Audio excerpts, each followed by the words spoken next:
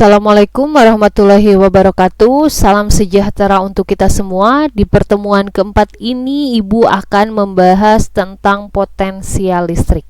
Apa itu potensial listrik? Di sini ada muatan positif.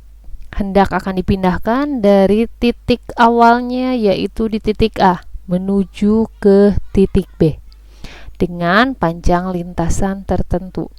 Nah, besarnya usaha yang diperlukan untuk melawan gaya elektrostatik yang bekerja pada muatan ini sama dengan negatif dari gaya elektrostatik di sepanjang lintasan itu. Lintasannya itu berarti dari titik A menuju titik B.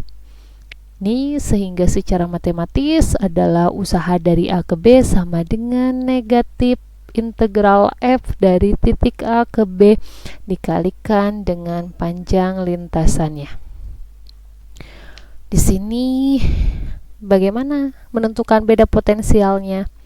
Menentukan beda potensialnya itu kita dengan mencari dulu beda potensial di titik B dikurang beda potensial di titik A sama dengan usaha yang diberikan dari A menuju ke B per Q.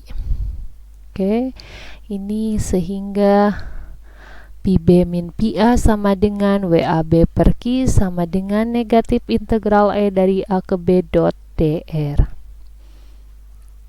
Potensial listrik dapat disebabkan oleh muatan titik, di mana potensial listrik merupakan kerja yang dilakukan oleh medan listrik. Di sini muatan Q, ini lintasannya tertentu, dan di sini ditanyakan berapa beda potensial di titik ini. Sehingga secara matematis ini R ini kita anggap di sini sebagai D ya. D yaitu jarak antar muatan. Sehingga pp sama dengan K dikali Q per R kuadrat dikali R. Ini sehingga untuk mencari beda potensial, satuannya yaitu volt adalah Kq per R. Kalau medan listrik R-nya kuadrat, kalau beda potensial atau potensial listrik R-nya 1. Ya, R-nya tidak dikuadratkan. Dan jangan lupa satuannya adalah volt. Nah, ini menghitung potensial listrik oleh muatan tunggal. Kalau seandainya ada satu muatan, secara matematis rumusnya adalah PR sama dengan K Q, berarti muatan Q ini berapa per R. R-nya adalah dari muatan ini dia bergerak sampai kemana. Nih lintasannya. Ini untuk beda potensial oleh muatan tunggal. Ini contohnya, muatan Q mengakibatkan potensial listrik plus 125 volt pada jarak 15 cm. Berapa besar Q? Ini Vp-nya potensialnya sama dengan 125 volt. R-nya adalah 15 cm. 15 cm ini kita pindahkan dulu ke meter. Menjadi 0,15. Kemudian yang ditanyakan adalah Q. Vp sama dengan Kq per R. Ini beda potensialnya 125. 9 kali 10 pangkat 9 dikali Q per 0,15. Sehingga akan ketemu Q sama dengan 2,08 kali 10 pangkat min 9 Coulomb. Karena kita tahu kalau satuan Q ini adalah Coulomb. Nah, sekarang kalau seandainya potensial sistem muatan listrik, di sini muatannya dia lebih dari 1. Ini kita titiknya anggap di sini, berarti ketika ada Q1 ada jaraknya yaitu R1. Muatan Q2 jaraknya R2. Muatan Q3 jaraknya R3. Sampai dengan Qn, maka R-nya adalah Rn. Maka bagaimana cara menghitung beda potensial? Cara menghitung beda potensial adalah dijumlahkan secara keseluruhan satu persatu. Berarti kita mencari dulu beda potensial di titik F di titik Q1, kemudian beda potensial di titik Q2, kemudian beda potensial di titik Q3 sampai dengan R tertentu. Dijumlahkan hasilnya, inilah yang dinamakan dengan beda potensial pada sistem muatan listrik. Ini untuk potensial muatan kontinu, PR sama dengan K integral dari dq per R. Ini kalau seandainya diambilnya sampelnya bagian tertentu dari suatu muatan, nah ini berarti dq per R. Nah, sekarang kalau potensial listrik yang disebabkan oleh sekelompok muatan titik, berarti muatan titiknya dia banyak. Bagaimana caranya? Yaitu dengan menjumlahkan total potensial muatan-muatan secara skalar. Skalar ini berarti kita tidak memperhitungkan arahnya dia kemana, tetapi cuma nilainya saja.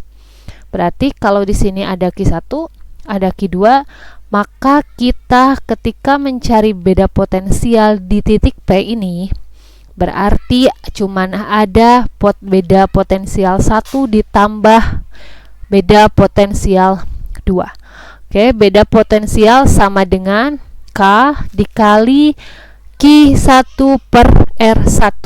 Karena di sini ketika Q1 sama dengan R1, kemudian Q2 sama dengan R2. Kemudian di sini ada permukaan ekuipotensial. Permukaan ekuipotensial ini adalah yang di sini digambarkan dengan garis biru. Kemudian dengan yang garis merah, ini adalah medan listrik. Nah, yang pertama adalah untuk muatan positif, dan yang kedua adalah dua muatan yang berbeda. Di sini ada positif dan negatif. Dari keseluruhan ini menyatakan bahwa ekuipotensial atau titik yang memiliki potensial ini adalah selalu tegak lurus dengan medan listrik di setiap titiknya. Itu terkait dengan permukaan ekuipotensial. Nah, nanti ada contoh latihan akan kita coba.